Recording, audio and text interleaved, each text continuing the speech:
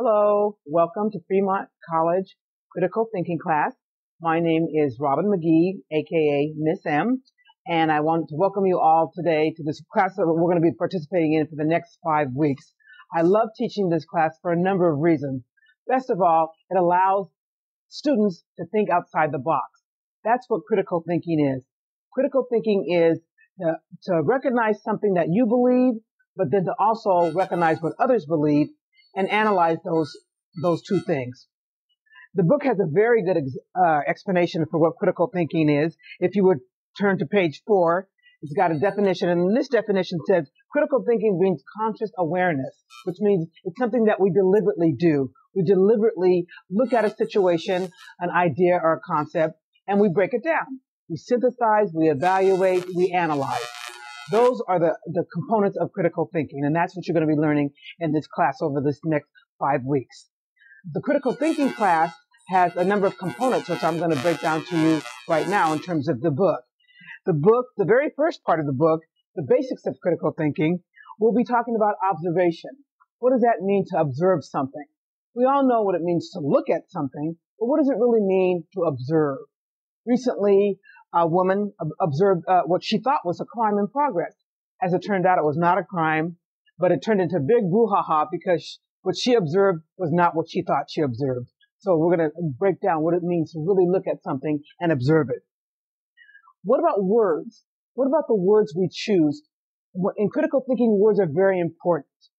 One word may not suit what you're trying to explain or what you're trying to argue, but another word does. So I try to encourage my students to open up the dictionary, use a variety of words.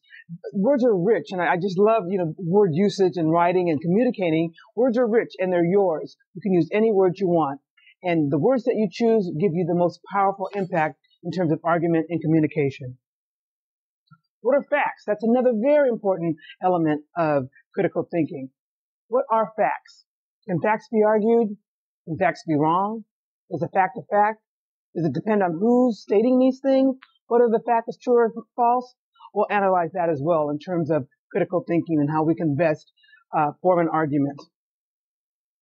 Inferences. What does that mean? What does it mean to infer something? What does it mean to allude to something? These are all very important concepts when we're talking about critical thinking because it's the way that we present our arguments or our beliefs, our values in the world. But there are problems with critical thinking. The biggest problem is assumptions. You know what they always say about assuming something. Assumptions is something we all do. And if you take a look at this picture, what are some of your assumptions about the people in this picture?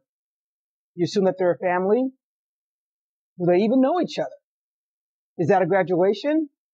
There's a lot of assumptions that we make which may or may not be true. Critical thinking gives you the opportunity or gives you the skills to to see beyond what you're actually seeing, to break things down, to synthesize, to evaluate. Opinions, we've all got those too. But just because we hold an opinion, that doesn't make something true.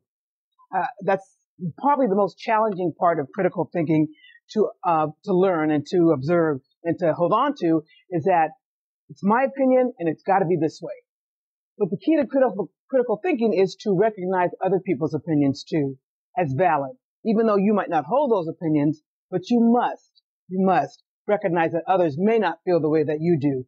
And once you do that, you'll be able to present a very powerful rebuttal in terms of argument or a stronger argument of what you do believe. Viewpoints, it's the same kind of thing as an opinion. What is your point of view? How do you feel about a situation, politics, religion? How do you feel about it? And where do those feelings come from? They're usually developed within the family, within your own social structure, is how you obtain viewpoints. But as we grow older and we get more experience in life, we develop our own viewpoints. And as parents, we pass those viewpoints along to our children. Forms and standards of critical thinking. The major thing that you'll be learning in this 5-week course is argument and how to present a cogent, true, solid argument about any topic. The key, again, is to understand the opposing side. Just say, for example, we are arguing, let's just say, underage drinking. Some people believe folks under 21 should be able to drink and buy alcohol as much as they want. Others do not. So what kinds of arguments would you put in favor of? What kinds of things would you say against? That's called evidence. Once you create the argument for or against, then you have to come up with evidence. It's not okay or it's not enough just to state, well, this is what I believe. You must have facts, figures, statistics, examples, anecdotes to back up what you're saying.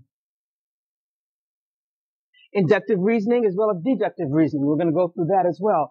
That's a way to understand what you learn, to understand the knowledge and the facts that you will garner throughout this course. So right now, what I want you to do, I've given you kind of a brief overview of what this 5 week is going to look like.